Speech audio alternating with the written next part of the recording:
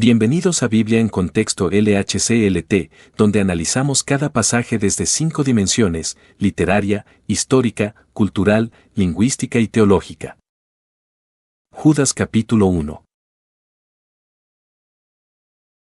Salutación del autor, llamado, santificados y guardados en Cristo. Judas 1:1. Judas, siervo de Jesucristo y hermano de Jacobo, a los llamados, santificados en Dios Padre y guardados en Jesucristo. Judas, siervo de Jesucristo. El autor se identifica como siervo, del griego doulos, que denota esclavitud voluntaria. No presume ser hermano de Jesús en la carne, aunque lo era, lo cual muestra humildad. Su identidad espiritual en Cristo es más importante que su parentesco natural. Romanos 1:1 dice: Pablo, siervo de Jesucristo, expresando igual su misión.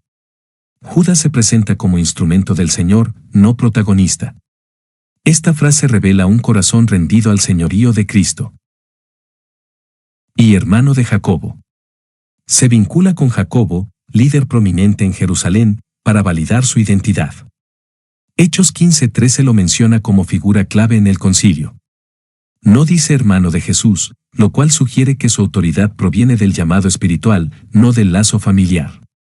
Mateo 13:55 menciona a ambos como hermanos de Jesús. Este enlace con Jacobo también muestra unidad doctrinal. El respeto hacia Jacobo fortalece su credibilidad ante los lectores. A los llamados. La epístola se dirige a creyentes que han sido llamados por Dios, del griego kletos, que implica elección divina. Romanos 8:30 dice: a los que predestinó, a estos también llamó. No es un llamado general, sino eficaz, transformador. El llamado de Dios incluye propósito, destino y poder para cumplir su voluntad. Esta frase enmarca la carta como dirigida a verdaderos creyentes. Establece un tono pastoral y protector. Santificados en Dios Padre. Esta frase habla de una santificación posicional. Los creyentes han sido apartados por Dios. La palabra santificado sugiere pureza, del griego agiazo, que también significa consagrados. Hebreos 10:10 dice: somos santificados mediante la ofrenda del cuerpo de Jesucristo. Esta obra es iniciada por el Padre, no por méritos humanos. La santidad no es opción, sino identidad. Es parte de la nueva naturaleza en Cristo. Y guardados en Jesucristo. La seguridad del creyente no depende de su fuerza, sino de Cristo. El verbo guardados, del griego tereo, implica protección activa. Juan 17:12, yo los guardaba en tu nombre. El creyente está bajo la vigilancia del Hijo, lo que garantiza su perseverancia. Esta expresión refuerza la doctrina de la seguridad eterna. Es un consuelo frente a los falsos maestros que Judas denunciará. Judas 1:2. Misericordia y paz y amor os sean multiplicados. Misericordia. Judas inicia su saludo con misericordia, una palabra clave que destaca la compasión de Dios hacia el pecador. Tito 3:5, nos salvó, por su misericordia. No se basa en méritos, sino en la bondad divina. En un contexto de apostasía, esta gracia es vital. El creyente necesita misericordia para ser restaurado, sostenido y guiado. Judas establece así el tono tierno de su exhortación. Y paz. La paz mencionada aquí es eirene en griego, no ausencia de conflicto, sino plenitud interior. Filipenses 4:7, la paz de Dios guardará vuestros corazones. Judas desea que, en medio de la confusión doctrinal, reine la paz divina. Esta paz es fruto del Espíritu, Gálatas 5:22. Judas ora para que los fieles no sean perturbados por el error. Es una paz que sobrepasa lo natural. Y amor. El amor, del griego agape, es el supremo de los dones espirituales. Judas no desea solo conocimiento doctrinal, sino un corazón lleno de amor. 1 Corintios 13:2 dice: si no tengo amor, nada soy. Frente a la frialdad de los falsos, el verdadero amor distingue al creyente. Judas eleva este amor como un escudo contra la división. Amor y verdad deben caminar juntos. O sean multiplicados. La bendición no es escasa, sino abundante. El verbo implica crecimiento exponencial. 2 Pedro 1:2, gracia y paz os sean multiplicadas. Judas pide que estos tres dones, misericordia, paz y amor, crezcan en intensidad. En tiempos de confusión, el aumento de estos frutos es vital. No basta con tenerlos, deben multiplicarse en cada creyente. Este deseo refleja la sobreabundancia del Evangelio. Motivo de la carta, exhortación a contender por la fe. Judas 1:3. Amados, por la gran solicitud que tenía de escribiros acerca de nuestra común salvación, me ha sido necesario escribiros exhortándoos que contendáis ardientemente por la fe que ha sido una vez dada a los santos. Amados. Desde el comienzo del versículo, Judas expresa su afecto pastoral. La palabra usada implica un amor profundo y constante. 1 Juan 3:1, mirad cuál amor nos ha dado el Padre. No escribe como juez severo, sino como hermano comprometido. Esta expresión prepara al lector para recibir corrección con ternura. Judas ama tanto a los creyentes que se atreve a confrontarlos. Por la gran solicitud que tenía de escribiros acerca de nuestra común salvación. Judas revela que su intención original era escribir algo más general y gozoso. La común salvación subraya que todos los creyentes comparten la misma gracia. Tito 1:4, a Tito, verdadero hijo en la común fe. La palabra solicitud implica urgencia, pero también cuidado. Sin embargo, el Espíritu lo movió en otra dirección. El contexto forzó un cambio en el propósito. Me ha sido necesario escribiros. El verbo necesario sugiere imposición divina, no mera preferencia personal. 1 Corintios 9:16, me es impuesta necesidad. El cambio de tema no fue capricho, sino obediencia. Judas reconoce que la situación exigía una voz profética. Hay momentos en que exhortar es más urgente que celebrar. Esto nos enseña que el amor verdadero también advierte. Exhortándoos que contendáis ardientemente. Judas llama a la lucha espiritual con intensidad. El verbo contendáis viene del griego epagonizomai, que implica combate vigoroso. 1 Timoteo 6:12, pelea la buena batalla de la fe. No se trata de una defensa pasiva, sino activa. Judas convoca a los santos a no rendirse ante la apostasía. La fe no se hereda, se defiende. Por la fe que ha sido una vez dada a los santos. La fe aquí representa el cuerpo de doctrina cristiana. Ha sido una vez dada, lo que implica perfección y suficiencia. Hebreos 1:2, nos ha hablado por el Hijo. No hay necesidad de nuevas revelaciones. Esta fe fue entregada a los santos para ser preservada, no modificada. Judas enfatiza la autoridad final y cerrada de la verdad revelada. Defenderla es deber de todo creyente. Judas 1:4. Porque algunos hombres han entrado encubiertamente, los que desde antes habían sido destinados para esta condenación, hombres impíos, que convierten en libertinaje la gracia de nuestro Dios y niegan a Dios el único soberano, y a nuestro Señor Jesucristo. Porque algunos hombres han entrado encubiertamente. Judas revela la razón de su exhortación, falsos maestros se han infiltrado. La expresión entrado encubiertamente traduce el griego pareistuno, que implica entrar sigilosamente, como un espía. Mateo 7:15 advierte, guardaos de los falsos profetas. No llegaron como enemigos declarados, sino disfrazados de creyentes. Judas denuncia su astucia y su estrategia. La amenaza está dentro de la iglesia, no fuera. Los que desde antes habían sido destinados para esta condenación. La frase apunta a la justicia divina anticipada sobre los impíos. Romanos 9:22 habla de vasos de ira preparados para destrucción. No se refiere a una predestinación arbitraria, sino a la justicia que Dios ejerce ante el rechazo persistente. 2 Pedro 2:3, su condenación no se tarda. Estos hombres no fueron sorprendidos por Dios, sino conocidos de antemano. Su destino es justo, no injusto. Hombres impíos.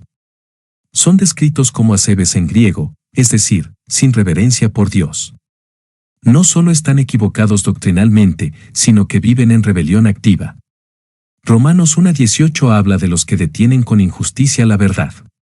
Su impiedad no es ignorancia, sino rechazo voluntario. Esta actitud los descalifica espiritualmente. Judas los identifica no por sus palabras, sino por su carácter. ¿Qué convierten en libertinaje la gracia de nuestro Dios? Estos falsos enseñan que la gracia permite pecar libremente.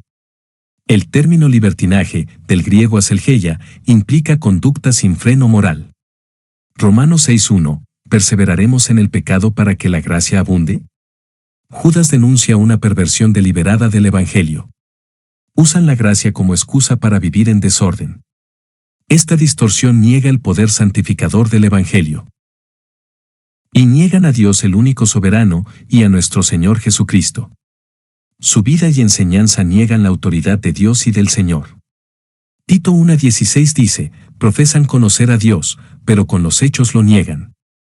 El término soberano, despotes en griego, resalta el dominio absoluto de Dios. Negarlo implica rechazar su señorío. Al mismo tiempo, niegan a Jesucristo, no necesariamente de forma verbal, sino práctica. Toda falsa doctrina niega a Cristo en esencia. Ejemplos del juicio de Dios sobre los impíos. Judas 1:5. Mas quiero recordaros, ya que una vez lo habéis sabido, que el Señor, habiendo salvado al pueblo sacándolo de Egipto, después destruyó a los que no creyeron. Mas quiero recordaros, ya que una vez lo habéis sabido. Judas no ofrece nueva revelación, sino memoria espiritual. El verbo recordar indica que la verdad ya fue enseñada. 2 Pedro 1:12, no dejaré de recordaros siempre estas cosas. Aún los creyentes firmes necesitan ser exhortados a no olvidar. El error crece cuando la verdad se descuida. Judas reaviva lo aprendido para combatir lo falso con lo conocido.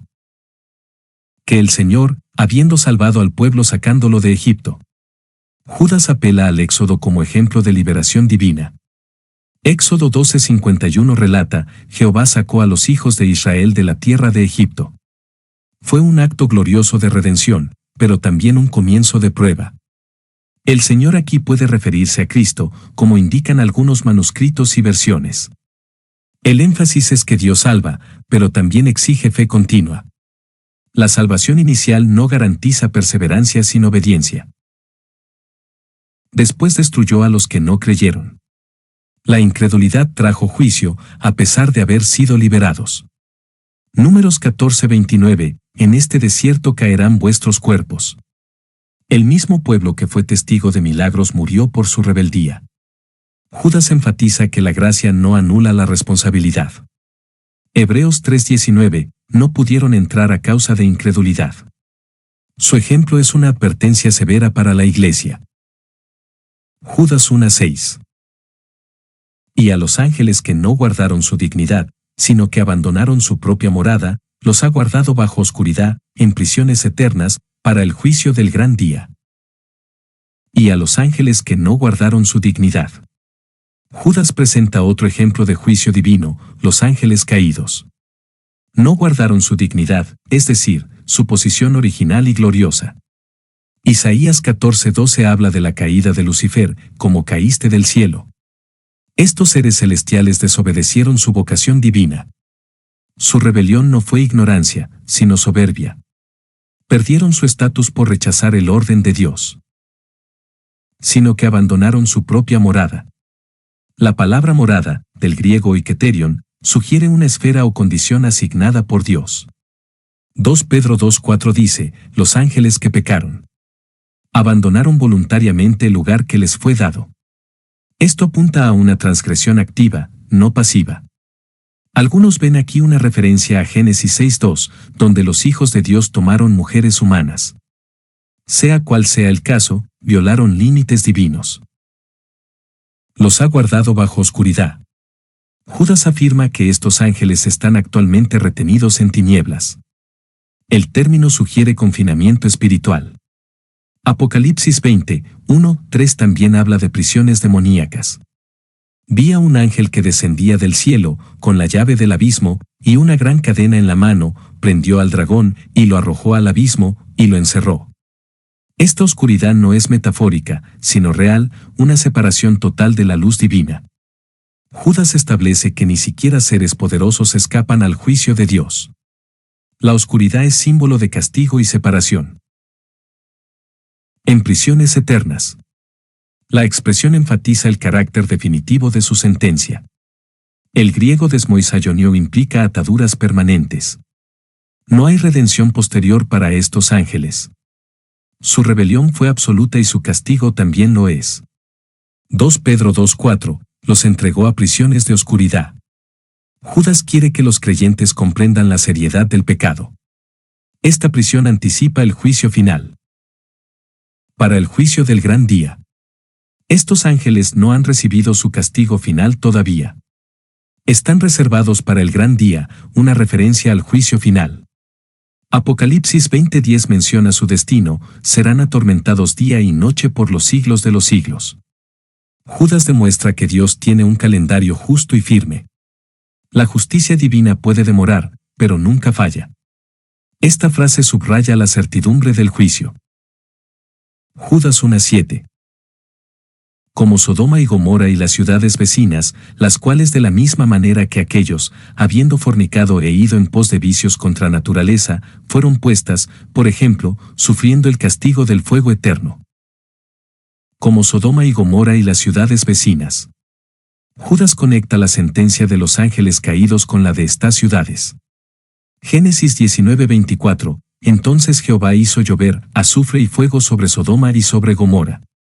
No solo estas dos fueron juzgadas, sino también sus alrededores, como Admá y Seboim.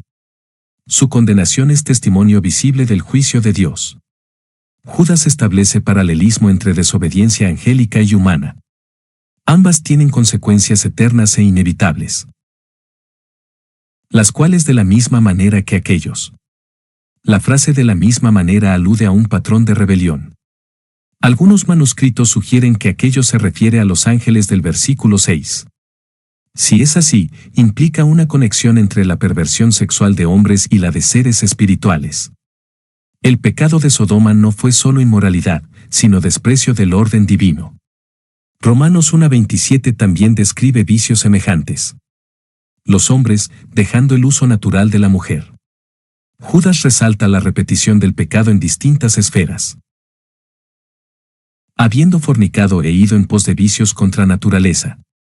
La frase fornicado traduce el griego ekpornego, que implica desenfreno excesivo. Vicios contra naturaleza alude a prácticas sexuales desviadas. Romanos 1:26-27 describe cómo hombres y mujeres dejaron el uso natural. El pecado no fue solo moral, sino deliberadamente antinatural. Judas denuncia la rebelión abierta contra el diseño de Dios. La lujuria se volvió bandera de su apostasía. Fueron puestas, por ejemplo. Dios hizo de Sodoma y Gomorra una advertencia visible para futuras generaciones. 2 Pedro 2:6, las redujo a ceniza, poniéndolas de ejemplo. No fueron destruidas en secreto, sino públicamente. El juicio fue intencionado y pedagógico. Judas enseña que el pecado antiguo no ha perdido actualidad. Los creyentes deben tomar nota y aprender de la historia. Sufriendo el castigo del fuego eterno. El juicio de estas ciudades es figura del infierno. El fuego que cayó fue literal, pero también apunta a una condenación perpetua. Mateo 25:41 habla del fuego eterno preparado para el diablo y sus ángeles. Judas presenta la destrucción no como un hecho del pasado, sino como reflejo del castigo venidero. No es solo juicio físico, sino espiritual. El pecado no arrepentido lleva a perdición. Descripción de los falsos maestros y su condenación. Judas 1:8. No obstante, de la misma manera también estos soñadores mancillan la carne, rechazan la autoridad y blasfeman de las potestades superiores. No obstante, de la misma manera también estos soñadores. Judas vuelve al presente y denuncia a los falsos maestros como soñadores. El término sugiere personas guiadas por fantasías, no por la verdad. Jeremías 23:25, soñaron mentira. Su autoridad no viene de la revelación, sino de imaginaciones corruptas. Así como Sodoma fue guiada por deseos, ellos lo son por delirios. Judas denuncia su falta de anclaje doctrinal y moral. Mancillan la carne. Esta frase implica inmoralidad sexual. El verbo mía y no indica corromper lo que es puro. Hebreos 13:4, el fornicario y el adúltero los juzgará Dios. Judas denuncia su desenfreno carnal como evidencia de su apostasía. No se trata solo de errores doctrinales, sino de una vida desordenada. Su cuerpo, templo de Dios, es usado como instrumento de pecado. La impureza marca su ministerio. Rechazan la autoridad. Esta rebeldía abarca desde la negación del señorío de Cristo hasta el desprecio por líderes espirituales. 2 Pedro 2:10 habla de los despreciadores de la autoridad. Rechazan todo límite, toda corrección, toda jerarquía establecida por Dios. La palabra kuriot sugiere dominio legítimo. Estos hombres no quieren ser gobernados. Judas denuncia una actitud orgullosa y anárquica. Y blasfeman de las potestades superiores. Blasfeman contra lo que no comprenden. La palabra griega doxa puede referirse a ángeles o realidades espirituales gloriosas. 2 Pedro 2:11 dice que ni los ángeles blasfeman contra sus iguales. Mientras que los ángeles no pronuncian juicio de maldición contra ellas delante del Señor. Estos falsos hablan con atrevimiento e ignorancia. Su irreverencia es muestra de insensatez espiritual. Judas los presenta como arrogantes en lo que desconocen. Judas 1:9. Pero cuando el arcángel Miguel contendía con el diablo, disputando con él por el cuerpo de Moisés, no se atrevió a proferir juicio de maldición contra él, sino que dijo: «El Señor te reprenda». Pero cuando el arcángel Miguel contendía con el diablo. Judas menciona un evento no registrado en el Antiguo Testamento, probablemente tomado de una tradición judía conservada en textos como la Asunción de Moisés. Miguel, el defensor del pueblo de Dios según Daniel 10:13, aparece enfrentando al adversario. Mas el príncipe del reino de Persia se me opuso durante 21 días, pero he aquí Miguel vino para ayudarme. Esta escena espiritual revela que aún los más grandes ángeles enfrentan oposición. Miguel actúa como guerrero celestial, no por iniciativa propia, sino bajo autoridad divina. Disputando con él por el cuerpo de Moisés. El conflicto parece girar en torno al destino del cuerpo del profeta. Deuteronomio 34:6 dice: «Y ninguno conoce el lugar de su sepultura». Algunos interpretan que Satanás reclamaba derechos por el pecado de Moisés. Judas usa este relato para mostrar la gravedad del conflicto espiritual. Incluso el cuerpo de un siervo fiel fue motivo de disputa. El diablo busca siempre corromper lo que Dios honra. No se atrevió a proferir juicio de maldición contra él. Aunque Miguel tenía autoridad, no usó juicio directo. Esto contrasta con los falsos maestros que blasfeman sin temor. Miguel, un ser puro y poderoso, mostró respeto hacia la posición de Satanás, aunque caído. Romanos 12:19 enseña: «Mía es la venganza, yo pagaré». Judas resalta el respeto al orden divino aún en el reino espiritual. Esto condena la arrogancia irreverente de los herejes. Sino que dijo: «El Señor te reprenda». Miguel apela a Dios como único juez. Zacarías 3:2 usa la misma frase: «Jehová te reprenda, oh Satanás». En vez de enfrentarlo con palabras propias, Miguel se somete a la justicia divina. Este modelo revela que toda autoridad auténtica se somete a Dios. Judas enseña que ni los ángeles actúan fuera de su delegación, ¿cuánto más deben los hombres ser prudentes al hablar de lo espiritual? Judas 1:10. Pero estos blasfeman de cuantas cosas no conocen, y en las que por naturaleza conocen, se corrompen como animales irracionales. Pero estos blasfeman de cuantas cosas no conocen. Judas denuncia la arrogancia de los falsos, hablan mal de lo que ignoran. El verbo blasme implica difamar con desprecio. 2 Pedro 2:12 dice: «Hablando mal de cosas que no entienden». En lugar de reverencia por lo espiritual, hay insolencia. No comprenden la santidad de lo que atacan. Este desprecio revela su ceguera espiritual y orgullo intelectual. Y en las que por naturaleza conocen.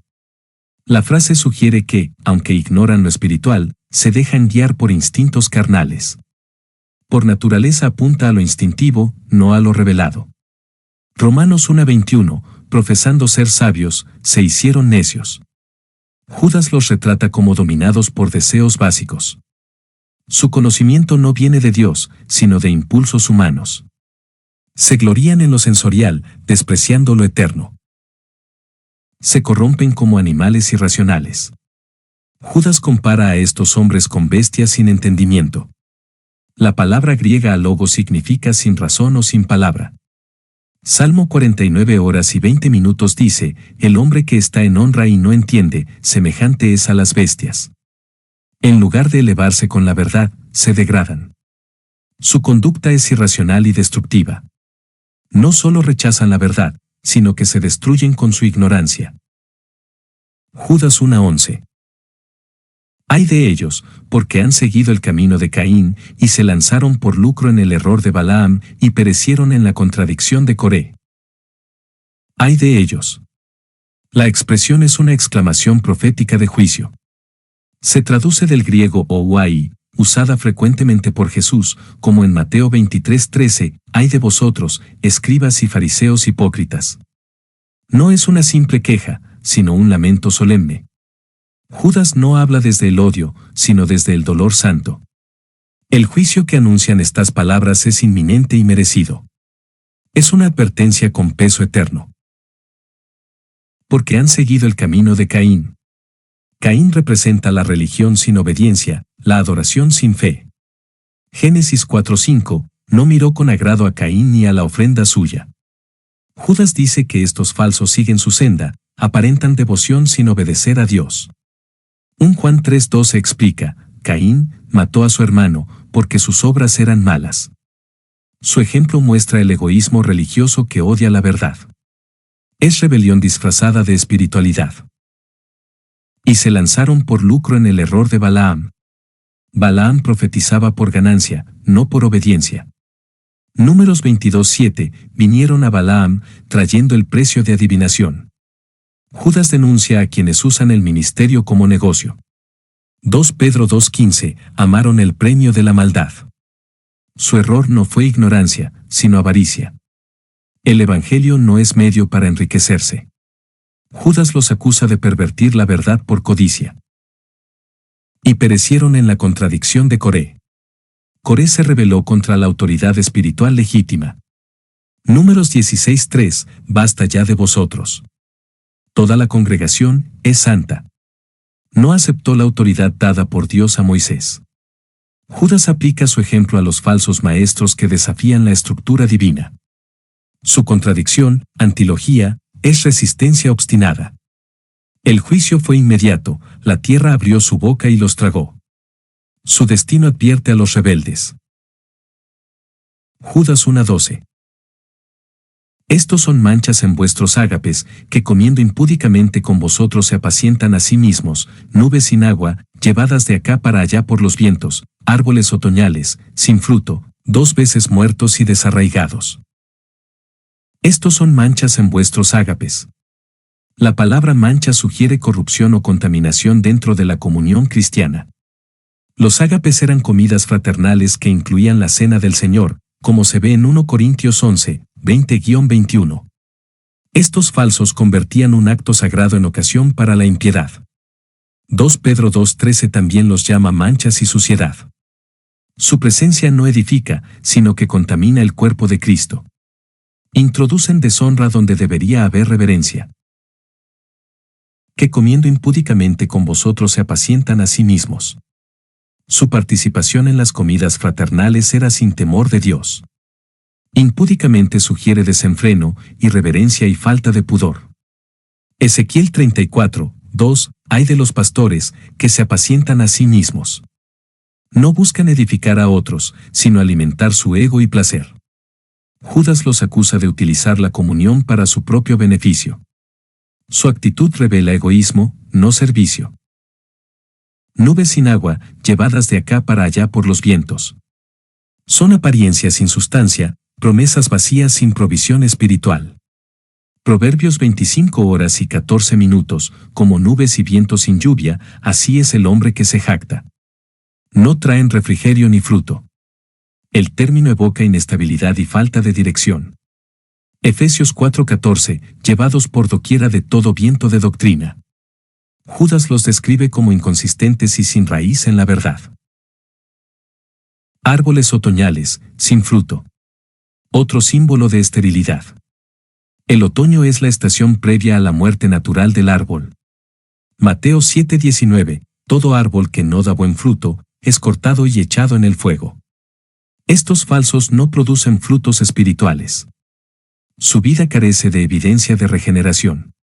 A pesar de aparentar vida, están espiritualmente secos.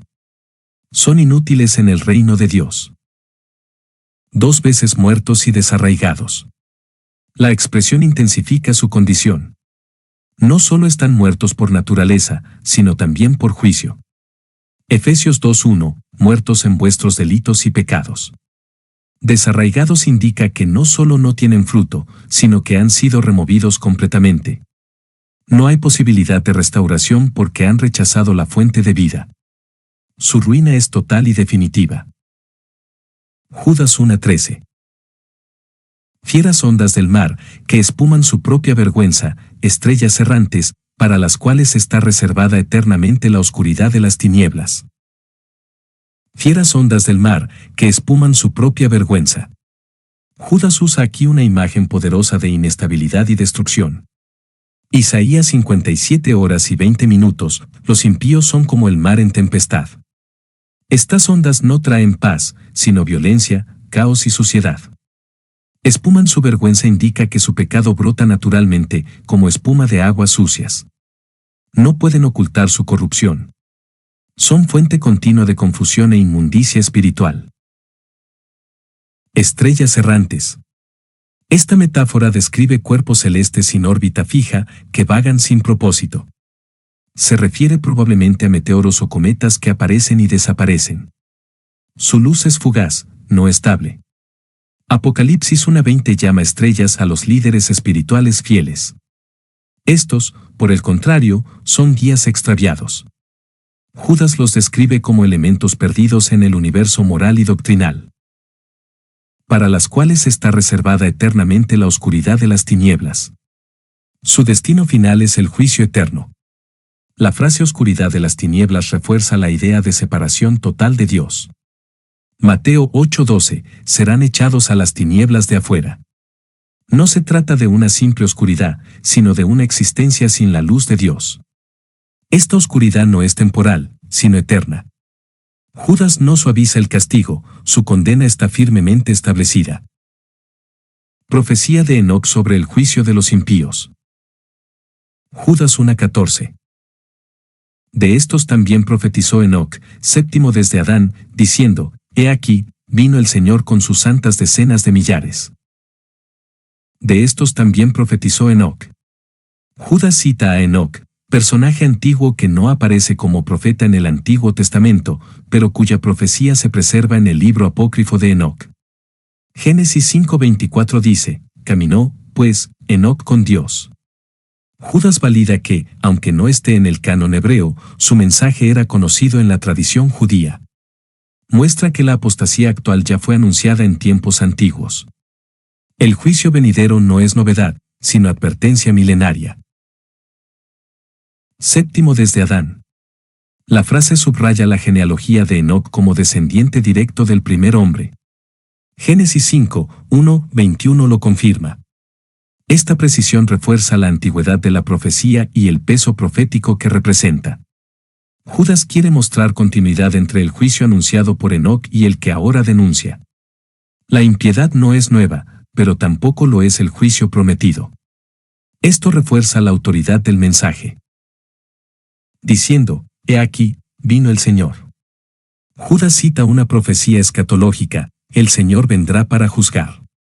Aunque usa el verbo en pasado, vino, esto es típico del hebreo profético, donde el futuro se describe con certeza como si ya ocurrió. Isaías 53:5 sigue este mismo patrón. Mas el herido fue por nuestras rebeliones. Este anuncio describe la segunda venida con autoridad. Cristo no vendrá como cordero, sino como juez. El juicio es tan seguro que se anuncia en tiempo cumplido. Con sus santas decenas de millares. Se refiere a una multitud de ángeles o santos que acompañan al Señor. Deuteronomio 33, 2 dice, vino de entre 10 millares de santos. Apocalipsis 19, 14, y los ejércitos celestiales le seguían en caballos blancos.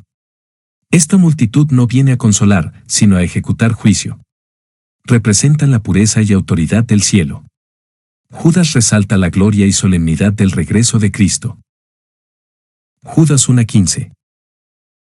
Para hacer juicio contra todos, y dejar convictos a todos los impíos de entre ellos de todas sus obras impías que han hecho impíamente, y de todas las cosas duras que los pecadores impíos han hablado contra él.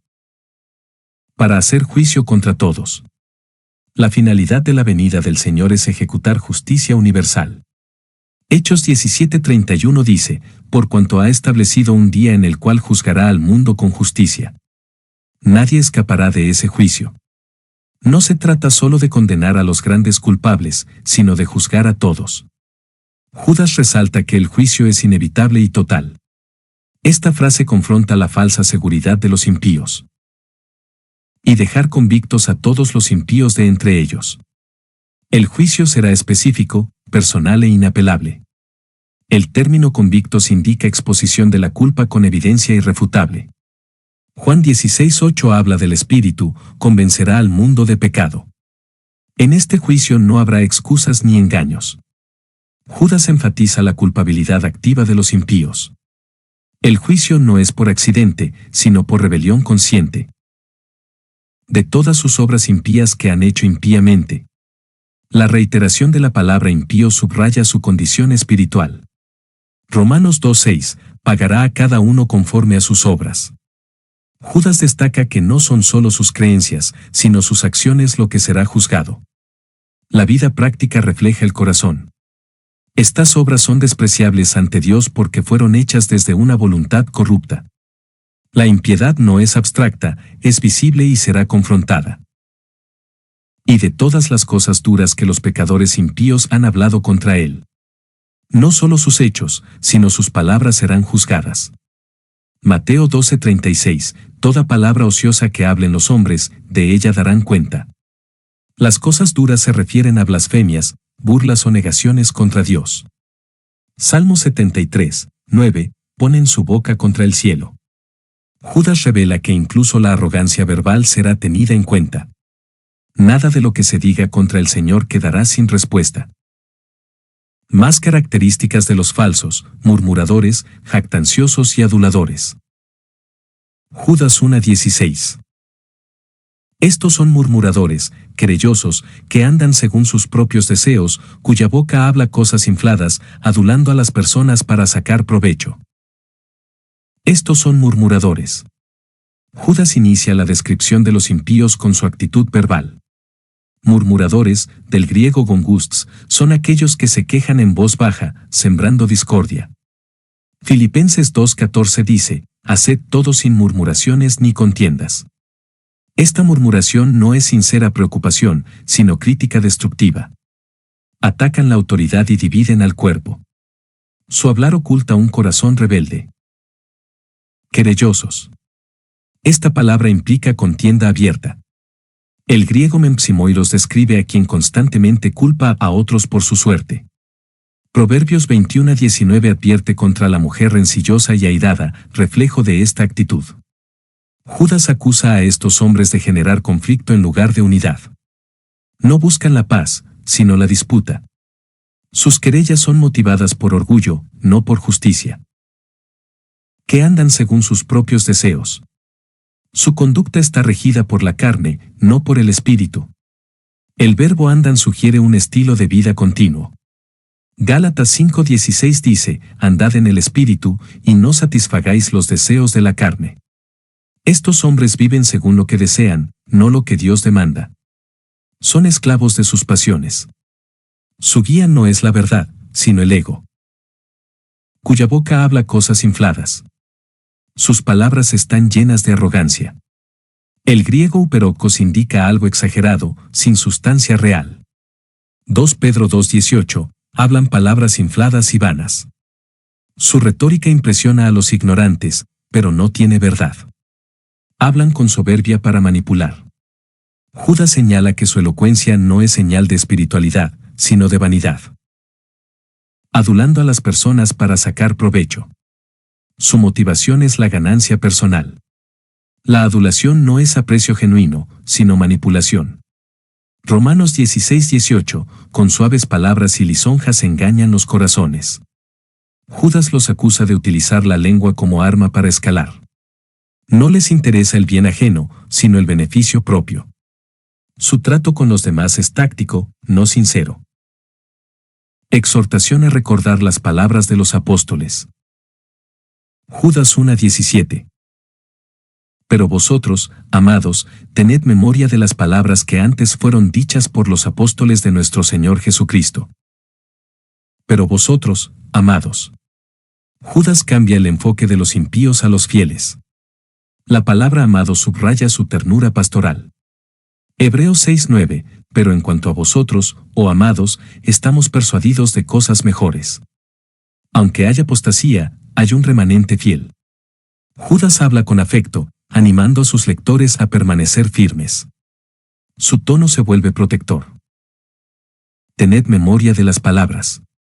Recordar la palabra es vital en tiempos de confusión. 2 Pedro 3:2 exhorta a tener memoria de las palabras que antes han sido dichas por los santos profetas. El olvido espiritual abre la puerta al error. Judas llama a aferrarse a la enseñanza apostólica. La doctrina correcta protege del engaño. El pasado fiel sostiene el presente difícil. Que antes fueron dichas. La enseñanza apostólica no es reciente ni novedosa. Ya había sido proclamada antes. Hebreos 2:3, la cual, habiendo sido anunciada primeramente por el Señor, nos fue confirmada por los que oyeron. Judas remite a la autoridad de los apóstoles, no a revelaciones nuevas. La verdad no evoluciona, permanece. El error se nutre de lo novedoso.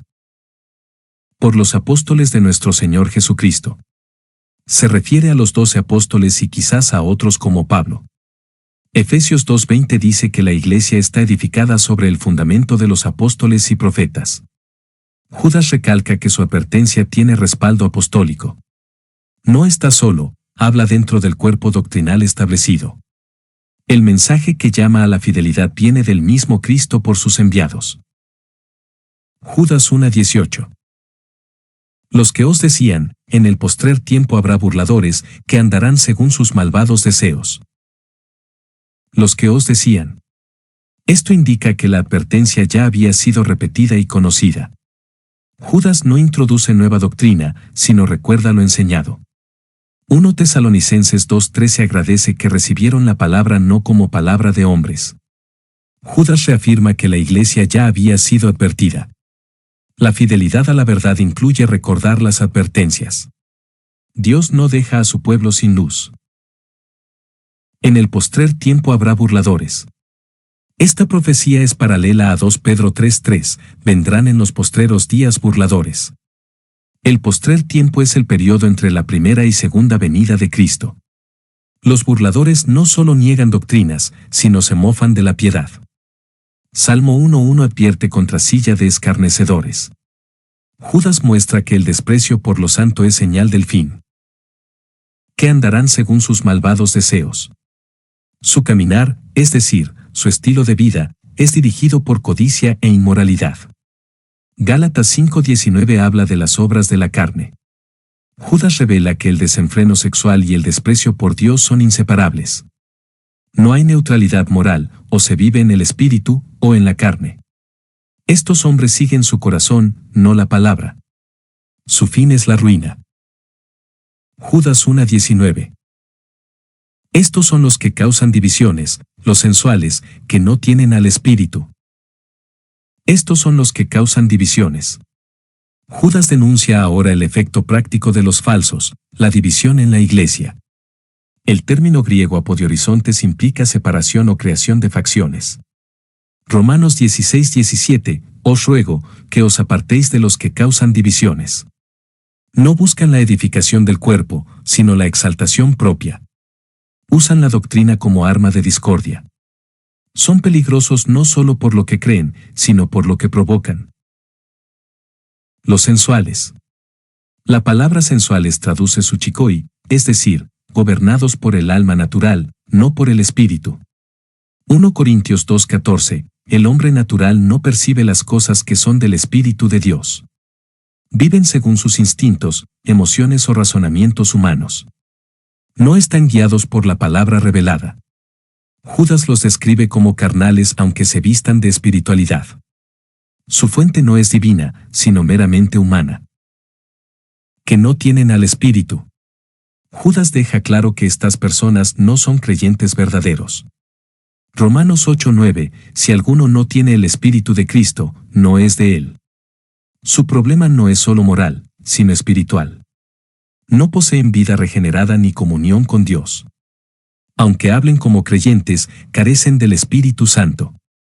Esta frase define su condenación, están separados de la vida de Dios. Llamado a edificar la vida espiritual de los creyentes. Judas 1:20. Pero vosotros, amados, edificándoos sobre vuestra santísima fe, orando en el Espíritu Santo. Pero vosotros, amados. Judas vuelve a dirigirse a los fieles con un tono pastoral. El contraste con los falsos es claro, ellos dividen, vosotros permaneced firmes. Romanos 1:7, a todos los que están en Roma, amados de Dios. Este llamado refuerza su identidad, son amados por Dios, no por el mundo. Esta distinción marca la diferencia esencial entre los santos y los impíos. El amor divino debe motivar la obediencia. Edificándoos sobre vuestra santísima fe. La vida cristiana no es pasiva, requiere crecimiento continuo. Efesios 2:20 dice que somos edificados sobre el fundamento de los apóstoles. Esta fe no es solo confianza, sino el cuerpo de doctrina revelada. Judas les anima a crecer en esa verdad. El término santísima subraya su origen divino y su pureza. La verdad debe ser la base de toda edificación espiritual. Orando en el Espíritu Santo. La oración eficaz es la que nace del Espíritu, no de la carne. Efesios 6:18, orando en todo tiempo con toda oración y súplica en el Espíritu. No se trata de una técnica, sino de comunión real con Dios. El Espíritu guía, impulsa y sostiene la oración verdadera. Judas muestra que esta es clave para permanecer firmes. Sin oración, no hay edificación ni victoria. Judas 1:21. Conservaos en el amor de Dios, esperando la misericordia de nuestro Señor Jesucristo para vida eterna. Conservaos en el amor de Dios. Esta no es una orden para hacer que Dios nos ame, sino para permanecer en ese amor. Juan 15:9, permaneced en mi amor. Significa vivir conscientes de su gracia, obedeciendo su palabra. El amor de Dios es un refugio y una motivación. Judas exhorta a los fieles a no desviarse de esa comunión. El amor de Dios es el entorno donde la fe se fortalece. Esperando la misericordia de nuestro Señor Jesucristo. La esperanza del creyente no es en méritos propios, sino en la misericordia de Cristo. Tito 2:13, aguardando la esperanza bienaventurada. Esta espera no es pasiva, sino activa, llena de fe. La palabra esperando implica anhelo continuo. Judas señala que incluso en el juicio, los fieles miran hacia la gracia. La segunda venida será para ellos misericordia, no condenación. Para vida eterna. El destino final del creyente es la vida eterna, no la muerte ni el castigo. Juan 10:28, yo les doy vida eterna, y no perecerán jamás. Judas recuerda a los fieles el fin glorioso que les espera. Esta vida no es solo duración infinita, sino comunión perfecta con Dios. La eternidad es la recompensa de la fe perseverante. Su promesa sostiene a los santos en medio de la lucha. Actitud hacia los que dudan o caen, misericordia y firmeza. Judas 1:22. A algunos que dudan, convencedlos. A algunos que dudan. Judas reconoce que dentro del pueblo hay creyentes confundidos, no apóstatas. La palabra dudan traduce diacrino, que significa vacilar o estar dividido. Santiago 1:6 dice, el que duda es semejante a la onda del mar. No son enemigos, sino almas tambaleantes. Esta duda puede surgir por la influencia de los falsos maestros. Judas instruye a tratarlos con discernimiento y compasión. Convencedlos. El mandato es activo, implica persuadir con verdad y paciencia. El griego elit también puede traducirse como tened misericordia. 2 Timoteo 2:25, con mansedumbre corrija a los que se oponen. Judas llama a restaurar, no rechazar. El que duda necesita ser instruido con firmeza y amor. La confrontación doctrinal no debe ser sin ternura. Judas 1:23. A otros salvad, arrebatándolos del fuego, y de otros tened misericordia con temor, aborreciendo aún la ropa contaminada por su carne. A otros salvad, arrebatándolos del fuego. Aquí Judas habla de un grupo más comprometido con el error. Arrebatándolos implica acción rápida y urgente. Zacarías 3:2, ¿no es este un tizón arrebatado del incendio? Se trata de rescatar a quienes están a punto de ser consumidos. No se puede ser pasivo ante su situación. El fuego es símbolo de juicio, hay que intervenir antes de que sea tarde. Y de otros tened misericordia con temor. Judas señala que algunos necesitan misericordia cuidadosa. El temor no es cobardía, sino reverencia y precaución. Gálatas 6:1, considerándote a ti mismo, no sea que tú también seas tentado. Al acercarse a estos, hay peligro espiritual si no se tiene madurez. Hay que amarlos, pero sin exponerse innecesariamente.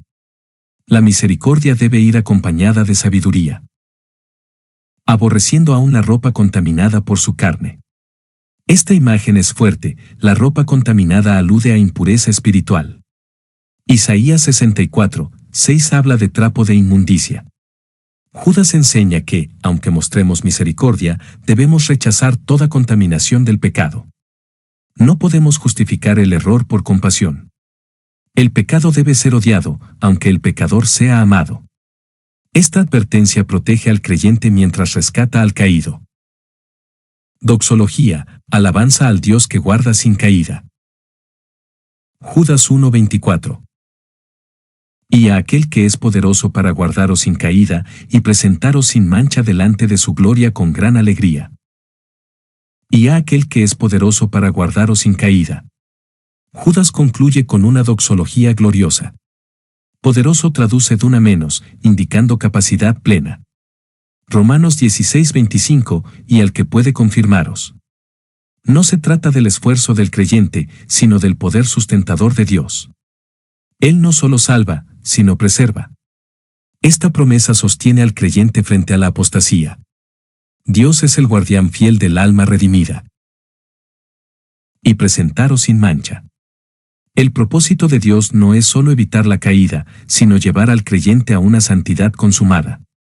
Efesios 5:27, para presentársela, sin mancha ni arruga.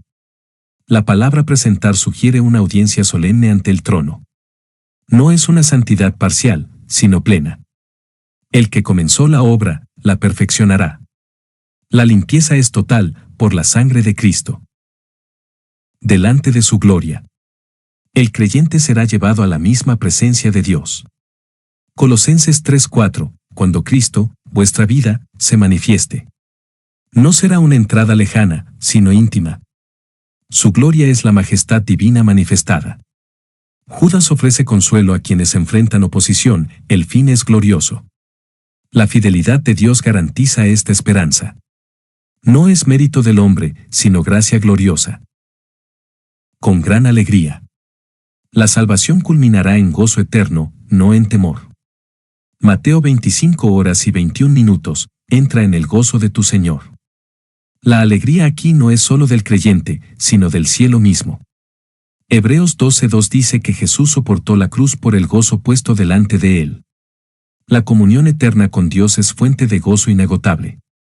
No habrá más dolor, duda ni caída. Solo plenitud. Judas 1:25.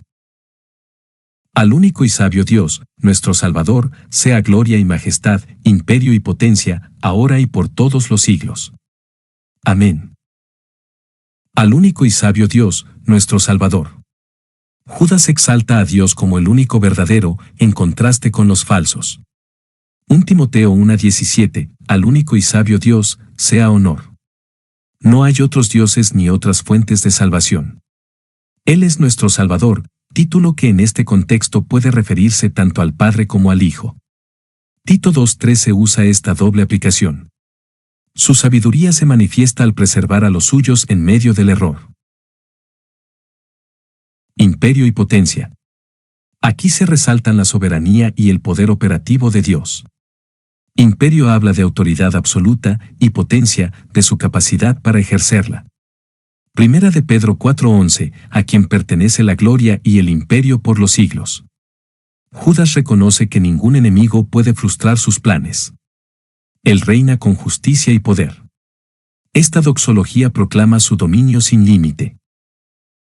Ahora y por todos los siglos. El reinado de Dios no tiene interrupción ni fin. Apocalipsis 11:15, el reino será de nuestro Señor y reinará por los siglos de los siglos. Judas afirma que esta gloria no es temporal, sino eterna. Lo que vemos ahora es solo un anticipo de su plenitud futura. Cada generación debe rendirse ante su soberanía. Su majestad no cambia con el tiempo. Amén. Esta palabra final, del hebreo amén, significa así sea, confirmando la verdad proclamada. 2 Corintios 1:20, todas las promesas son en el sí y en el amén. Judas cierra con firmeza su carta, asegurando que todo lo dicho es digno de confianza. Esta conclusión deja al lector en adoración y esperanza. El amén es la firma del cielo sobre la verdad eterna.